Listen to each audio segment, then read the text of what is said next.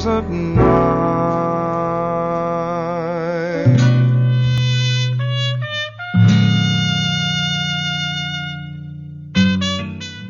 Welcome to Beneath the Surface. I'm Suzi Weissman. We begin tonight's program with the crisis in Syria. Hisham Ahmed, professor of politics at St. Mary's College of California and leading expert on Islamic movements, joins us to discuss Trump's airstrikes yesterday against the Shayrat airbase near Homs in Syria. Some 60 Tomahawk cruise missiles were launched in a display of force that critics say was largely symbolic and possibly for domestic consumption as Trump's ratings sink ever lower. We'll ask Hisham what he thinks about the chemical weapons attack that caused Trump's military response, who benefits, and what the likely outcomes are as the United States gets thrown more deeply into the center of the 6-year war in Syria. We then turn to an extended conversation with writer, filmmaker, and journalist Tarek Ali about his new book, The Dilemmas of Lenin, written in this centenary year of the Russian Revolution and aptly published this month of April, exactly 100 years since Lenin's explosive April Theses, the call to revolution after the successful February Revolution brought down the Tsar, but didn't see the Soviets or councils assume power. Tarek's book brings out an unknown Lenin, one who loved Latin literature and classical music, and who was profoundly influenced by the political convulsions of the time that intimately affected his own family. History sees Lenin as a ruthless dictator, so it may...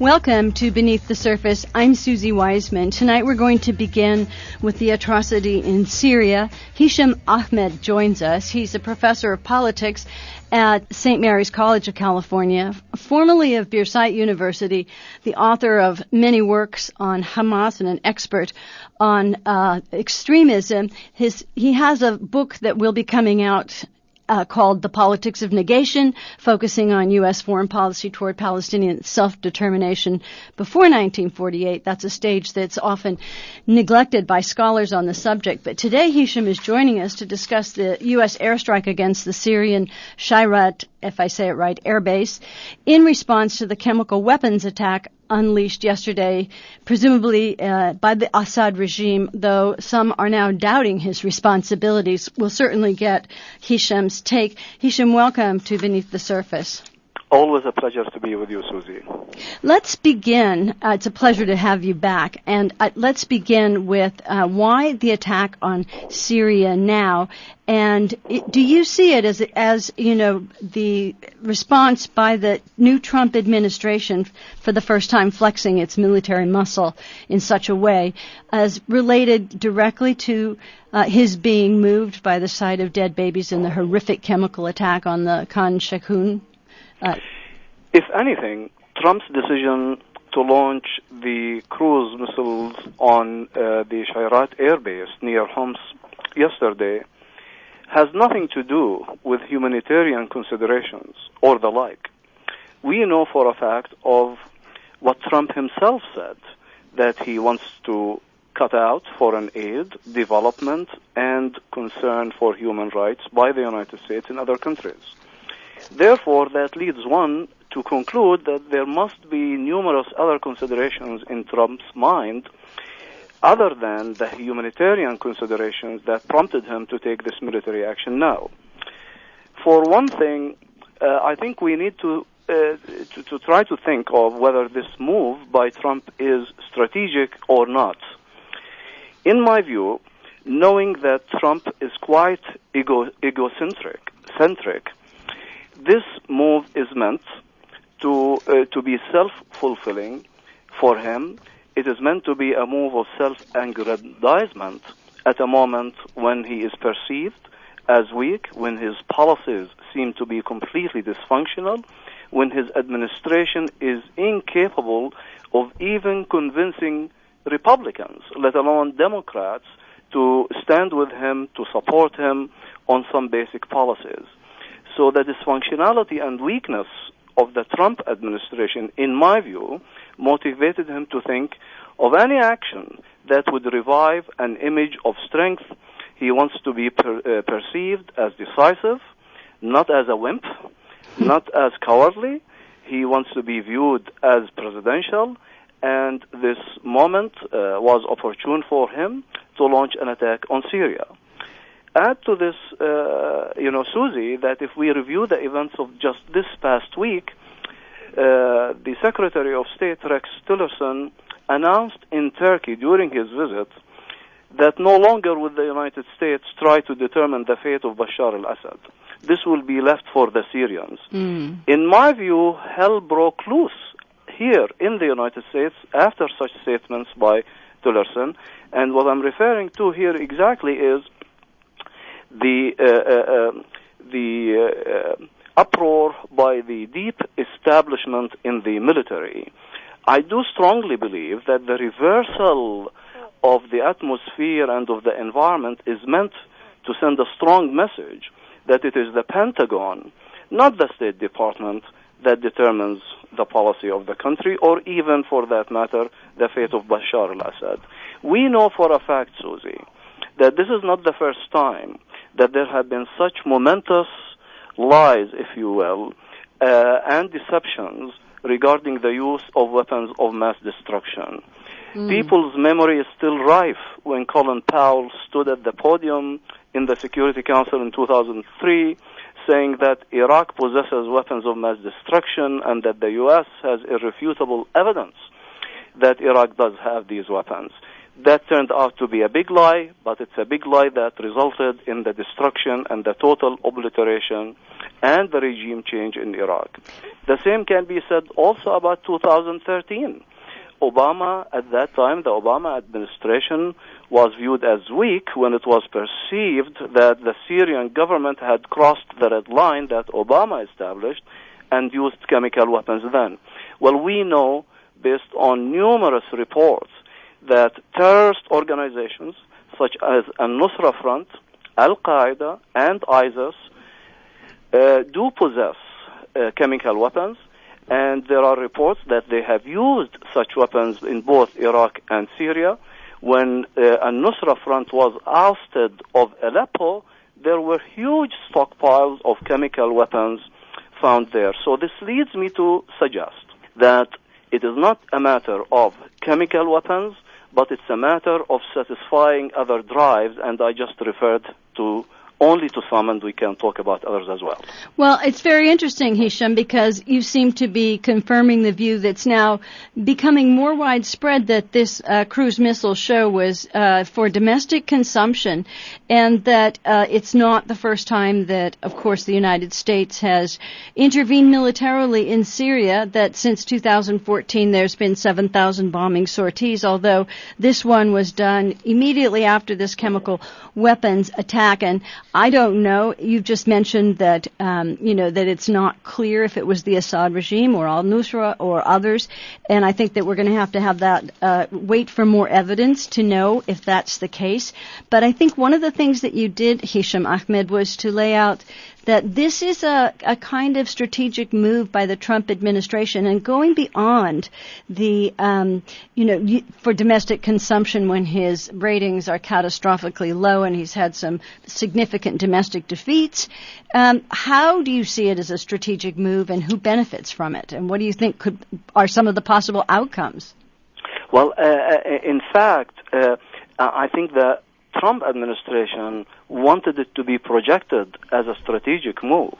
But in actuality, Suzi, it's anything but strategic. It's an impulsive move that is consistent with Trump's egoistic personality. So, yes, this move can, and in my view, will lead to some serious escalation in Syria. But I would like to refer to some other factors that have been at work in the mind of the Trump administration. I referred to Tillerson's statements, but let's also remember, the Israeli factor, Suzi. 2 weeks ago, there were some Israeli warplanes sent over Syria to target to hit some targets, and there were some anti-aircraft missiles that shot down 2 Israeli warplanes. It is widely reported that the anti-aircraft missiles came out from the Shayrat air base, the one that was hit yesterday. Today, in the news, there is no more jubilant party than the Israeli government, and particularly Netanyahu, because this attack represents a life savior for him in the way of the investigations and interrogations that he is subjected to because of charges of corruption. We know also that this is reminiscent of what happened in 2003. Israel then was the most adamantly strong country backing up the Bush administration in its war on Iraq. So this move is impulsive, but it is meant to send multiple signals, one of reassurance to the Israelis, but also one of reassurance, sadly enough, to some of the militant groups in Syria, the ones that the U.S. has been helping. Trump himself came out and said that the Obama administration contributed to helping ISIS, funding, training, and so on and so forth. And now what Trump is doing is exactly what he criticized the Obama administration for supposedly doing. Can you say something as well? Because you mentioned Tillerson, and there's, of course, into this entire equation is the attempted, let's call it a reset with Russia and Russia's role in Syria as well as Turkey. And how does that all sort of figure into, let's say, the level of response that the Trump administration has produced so far? Thank you for asking this, Susie. Indeed. One of the worst nightmares that have been looming over the head of the Trump administration, and specifically Trump himself, is the created image and perception now that Trump is basically a Russian puppet, to put it mildly, because this phrase came up during the debates and the elections. So Trump wants to do anything under the sun to try to reverse this image. So I think the deep military establishment is also sending a message to Russia in Syria that the United States is present and that the United States will not let Russia continue to act freely in Syria. But this is like playing with fire. You know, we know quite well that Russia considers Syria to be an ally, and that Russia does not want the same mistakes that were made in Libya to be repeated again in Syria. So if anything, while there might be some instantaneous gratification for Trump, for the Israelis, for the Saudis, and yes, for some terrorist organizations who are enormously benefiting from this attack, there is no strategic benefit for the United States. If anything, this attack will bolster Russia's influence and presence in Syria. We will see, Susie, that Syrian defense systems, air defense systems, will be strengthened more than ever before in the very short run, and therefore the prospects for an all-out confrontation if the Trump administration continues with this uncalculated military adventure, the prospects are quite serious for a showdown between the big powers. We ought not to overlook another aspect of the timing. You know, nothing happens by coincidence. This attack, was carried out at a moment when Trump was hosting the Chinese president, Xi, yesterday. Now, it is no secret that China is not one of Trump's favorites. He has been criticizing China left and right. In my view, the deep military establishment, wants also to send a message to China that unless it controls North Korea, that the Trump administration has the guts and has the will to use military action against North Korea as well. So you have messages to North Korea, to Iran, to Russia, to Syria, but you know, what kind of a world would this be? First of all, there's absolutely not one shred of evidence that the Syrian government was behind the use of the chemical attack. Secondly, if anything, the Syrian government's standing has been at its best in the eyes of the world in the past couple of weeks. I mean, opening up by European countries to Syria, Tillerson's statements that the United States will not get involved. So there is absolutely no compulsion for the Syrian government to use chemical weapons, and we know, based on fact from previous examples, that terrorist organizations will not shy away from using chemical weapons in order to implicate the Syrian government. Well, Hisham, we just have a minute left, and I wondered if in the last, sort of 50, 60 seconds, you could talk about what you see is happening next. Is the United States going to get embroiled in the middle of this 6-year conflict in Syria? We know, as you've said, that it's very hard to get out once you're in, and we've left nothing but destruction in the regimes that we've tried to overthrow. What do you think? How do you see what's happening next? There are certain basics, Susie. Number one, Trump is predictably unpredictable. Number two, this is a very, very dangerous military venture. Number three, already the Russians have decided to stop working with one of the hotlines they have with the United States regarding flights over Syria. So this opens the door, in my view, for a very dangerous and calamitous environment in Syria, which could really lead to an all-out confrontation between the big powers. And this is the time, I believe, for the Trump administration to be put in check before it drags the country into another more dangerous wars than we have seen in Iraq or in Afghanistan. This is a very serious, frightening moment, and unless sound judgment is used, we do know that Trump's egoistic mentality can take over and lead the country into calamity. Well, thank you for that. We're going to have to leave it there. I want to thank you, Hisham Ahmed, professor of politics at St. Mary's College and expert on extremist groups in the region, specifically Hamas, for joining us today with your lucid insights on My the pleasure, situation. Always. Thank you so much, and I'm Suzi Weissman. Don't go away.